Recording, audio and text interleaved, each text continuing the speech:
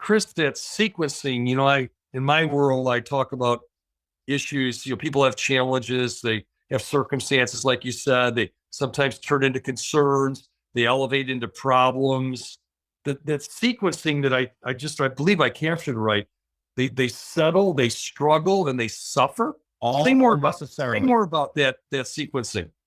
Yeah, man. So the Gallup company, they do all the polls and the census and all that stuff.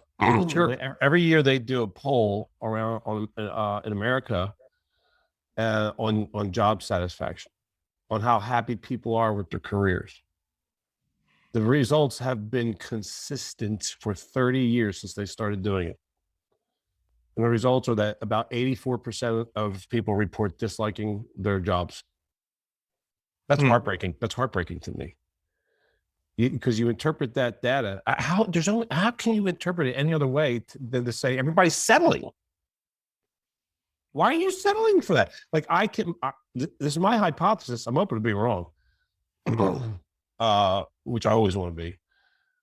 But I'm feeling pretty strong about this one, which is that if that's been true for 30 years, that seems to be a pretty good indicator that people don't believe that they can have what they want, so they're settling for less.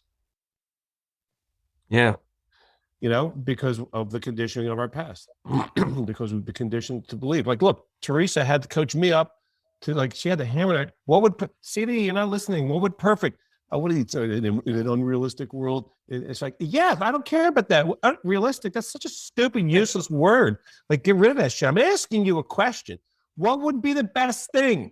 And it was hard for me to even hear the question because of the condition of my past to have me play small, right? So we settle and we unnecessarily struggle. And a big way we do that is we put all this time in between us. We wait. I like the phrase, I love the mantra, create the state, don't wait. Let's stop putting time in between, unnecessary time in between us and the excellence that we're designed to create. Waiting for a certain number of dollars to be in your bank account before you feel financially secure. So stupid. Waiting for a certain title to feel competent. Waiting to score 10 points before you decide this is a good game for me tonight. Yeah. All right. So we create struggle. We there's all these reinforcements, these dumbass phrases that we hear and buy into. Well, no pain, no gain. I think that's one of the dumbest things I've ever heard about. Nope. Really?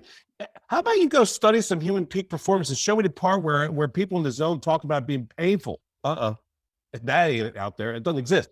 Because when we're in the zone, when human beings are at their best, they feel amazing. They feel it's like it's effortless. Right? They feel lightness of being. It's how everybody describes peak performance. So it's like no pain, no gain. So it needs to include struggle. So we unnecessarily settle, we unnecessarily struggle, and at worst, we unnecessarily suffer. We suffer by even just judging our pain. Right? Pain is inevitable. Suffering is optional. That's a big one.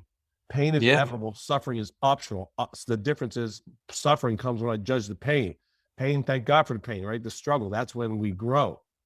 But we'd be conditioned to bastardize, right? To bastardize and to just make the struggle horrible when it can be beautiful. Like when I'm doing burpees, saying yes, good, yes, because this is why am I doing a burpee? I'm getting in shape.